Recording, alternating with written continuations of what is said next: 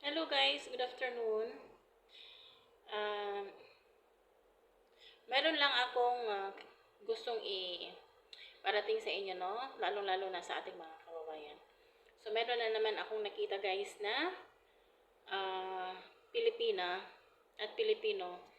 Nahuli na naman sila dahil sila ay nagsasama sa isang bahay na sila ay parehong may asawa sa Pilipinas at nagsama sila sa isang bahay dito sa Saudi Arabia.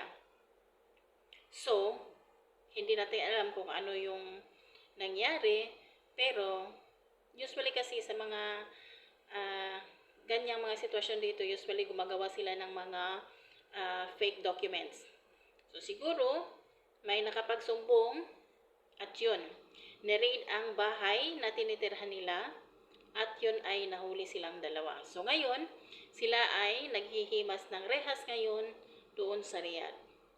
So, paalala lang po, ikaw may asawa ka, siya may asawa siya sa Pilipinas.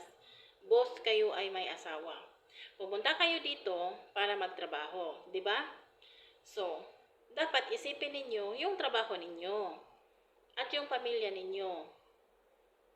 So ngayon, gumagawa-gawa kayo ng problema at ngayon nandyan na kayo sa problema ngayon.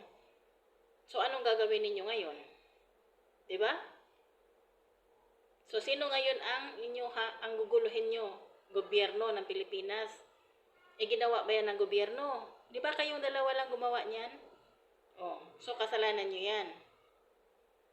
So kayo dyan, mga iba dyan, pasensya na po sa mga natatamaan.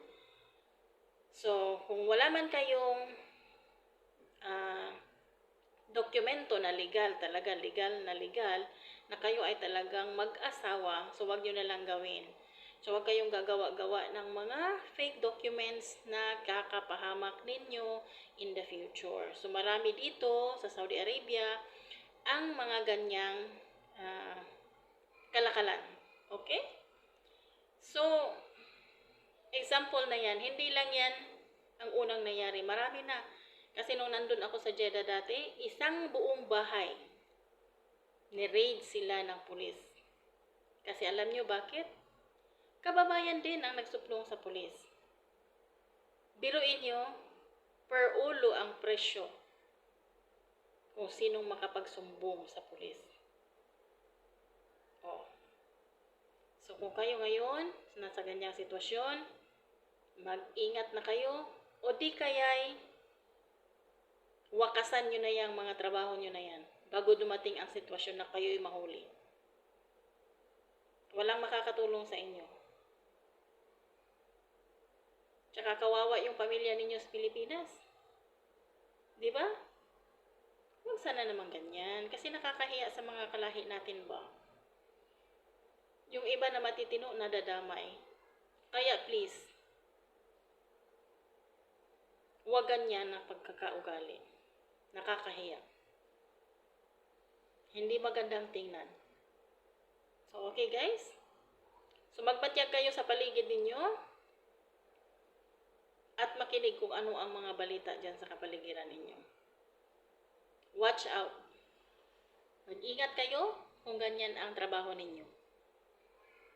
Hindi lahat ng panahon ay safe kayo. Mahigpit na ngayon dito. Lalong-lalo na dito sa Saudi Arabia. Marami silang mga bagong laws, pero mahigpit pa rin sila. Okay? So, thank you for watching and hope maging paalala ito sa inyo.